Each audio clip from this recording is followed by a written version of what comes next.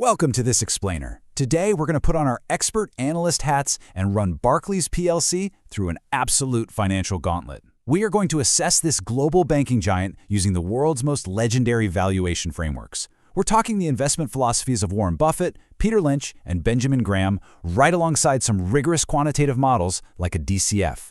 So, is the stock's recent 38% surge just a temporary blip, or is this thing still vastly undervalued? Let's find out. Okay, here's our roadmap for today. We'll start with a company snapshot and the Buffett lens, move on to the Peter Lynch lens, then check out Benjamin Graham's approach.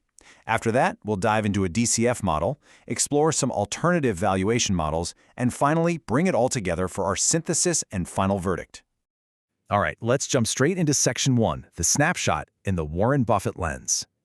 So Barclays is currently sitting at roughly 507 pence a share. And honestly, right out of the gate, we're looking at a pretty fascinating tug of war. In one corner, you've got these massive strengths, like a stellar 14% return on tangible equity, which is largely driven by their investment bank crossing the £4 billion income milestone. But then in the other corner, you have these looming macroeconomic risks. We're talking potential UK consumer defaults and the inherent volatility of investment banking, especially with Fitch highlighting potential impairment charges. It's a classic risk-reward setup. Now, how exactly would the Oracle of Omaha view this? Well, Barclays actually sweeps Warren Buffett's checklist. They've got a deep economic moat since they're a major UK clearer and a global investment bank. Their earnings are very consistent, highlighted by a recent 19% first-quarter profit rise. Debt, highly manageable, sitting comfortably above regulatory minimums with a 14.1% CET1 ratio. But honestly, the real kicker here is the management. They are showing immense owner orientation. By completing a £1 billion buyback and then immediately launching another £500 million program, they're aggressively returning capital to shareholders at prices that are well below book value. And you know Buffett absolutely loves a bargain-hunting management team. Moving right along to Section 2, let's see how this looks through the Peter Lynch lens. In Peter Lynch's universe, Barclays fits perfectly into the category of a cyclical stalwart. This means it's a massive, deeply established player, but its fortunes are going to naturally ebb and flow with the broader economic cycle, things like loan demand and interest rate changes. For us as investors, that means we have to watch their balance sheet like a hawk and really hunt for a price-to-earnings ratio that fundamentally misprices their growth. So, let's do the math on that. We're starting with a trailing PE of 10.55. Now, if we assume a growth rate that just mirrors the recent 19% Q1 profit jump, we can calculate Lynch's absolute favorite metric, the PEG ratio. Dividing 10.55 by 19 gives us a PEG ratio of 0.55. Keep in mind, anything under 1.0 is considered a screaming bargain in Lynch's book. So a 0.55? That strongly suggests the market is severely underpricing their current trajectory. And really, the rest of Lynch's metrics just easily fall into place. That strong 14.1% CET1 capital ratio is a definitive pass for the balance sheet test. Those aggressive corporate share buybacks we mentioned, that's a massive vote of confidence from the insiders who know the company best. So when you put it all together for Peter Lynch, this entire setup triggers a very strong buy signal. Next up, Section 3, the Benjamin Graham lens. Now, the godfather of value investing relies on some pretty unforgiving, strict quantitative thresholds. Yet Barclays flawlessly sweeps Graham's defensive investor checklist. It's got more than adequate size as a massive FTSE 100 behemoth worth £68.5 billion. Earnings are stable, the dividend record is uninterrupted and actually growing, and crucially, it trades safely under Graham's hard limits of 15 times earnings and 1.5 times book value. To actually calculate Graham's intrinsic value, we do have to do a little bit of detective work here. Since the exact earnings per share and book value aren't explicitly handed to us in the raw data, we can accurately reverse engineer them from the current price and those ratios. This gives us an implied EPS of roughly 48 pence and a book value per share of about 610 pence. Then we just plug those right into Graham's famous formula, the square root of 22.5 times the EPS times the book value. And the result we get? 812 pence. That is Benjamin Graham's calculated intrinsic value for Barclays. When you compare that to the current share price of 507 pence, you are looking at an absolutely massive margin of safety. We're talking close to 60% upside from here. Honestly, Graham wouldn't just touch this stock, he'd probably back up the trek.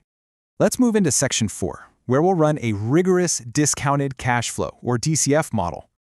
To build out our base case DCF, we are going to use that derived 48 pence as our proxy for owner earnings. From there, we'll project a 5-year growth rate at a highly conservative 5%, which is way below their recent spike, just to be safe. We'll apply a standard 2% terminal growth rate to account for long-term inflation. And finally, for our discount rate, or the WACC, we'll assume a standard 10% just to account for the inherent macroeconomic risks in the banking sector.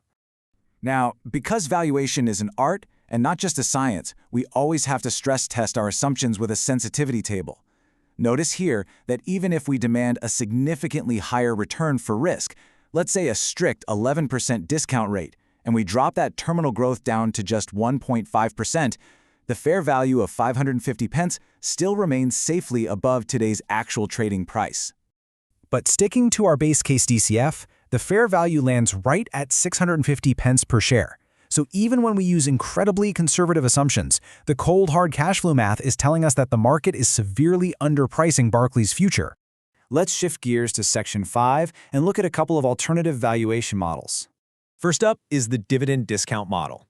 Applying this one is actually a bit tricky right now. Why? Well, because management is heavily prioritizing those share buybacks over massive dividend hikes. So while the absolute dividend payout has steadily grown over the last few years, the forward yield is naturally pushed down to roughly 1.82%. Now, the dividend is incredibly safe. It's covered about 3 times by earnings, but it's just not the primary driver of value creation right now. The buybacks are doing the heavy lifting. Things get really interesting when we look at comparable multiples. A fascinating debate emerges here. If you measure Barclays against the FTSE 100 average PE of 16.2, the stock looks incredibly cheap, implying a fair value of a staggering 777 pence. However, if you compare it against its own 10-year historical median PE, it's actually trading at a premium today. If it were to revert to its historical average, the price would drop down to 405 pence. And honestly, this right here is the core debate that is completely dividing the market right now. Finally, Section 6, our synthesis and final verdict. Let's bring all of this together. Bringing everything into stark relief, whether you rely on the Graham formula, comparable FTSE multiples, or our base case DCF, the consensus points to massive upside. We are talking a range of 28% to 60% above the current 507 pence price. Really, the only scenario where an investor loses money here is if the stock reverts back to its historically depressed pre-turnaround multiples. And clearly, management agrees with our bullish models. They aren't just sitting around hoarding cash, they are actively using it. As Financial News pointed out, this active £500 million buyback, which has been running since May 8, 2026, is the absolute clearest signal possible. The people with the deepest visibility into the bank's books truly believe this stock is deeply undervalued. Blending all of these insights together, our final expert verdict is a definitive buy at current prices. The fundamental strengths, like that 14% return on tangible equity, the massive capital returns, and a completely flawless performance against both the Buffett and Graham checklists, provide an incredibly powerful margin of safety. Yes, the macroeconomic default risks are very real, but at these multiples, they appear more than priced in. All of our legendary investment gurus would confidently initiate a position between 550 and 650 pence. So at 507, it's an absolute steal.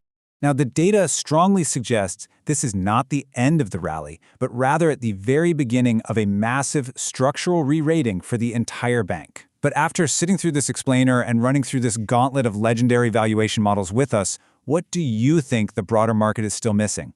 Let that question sit with you as you dig into the fundamentals yourself.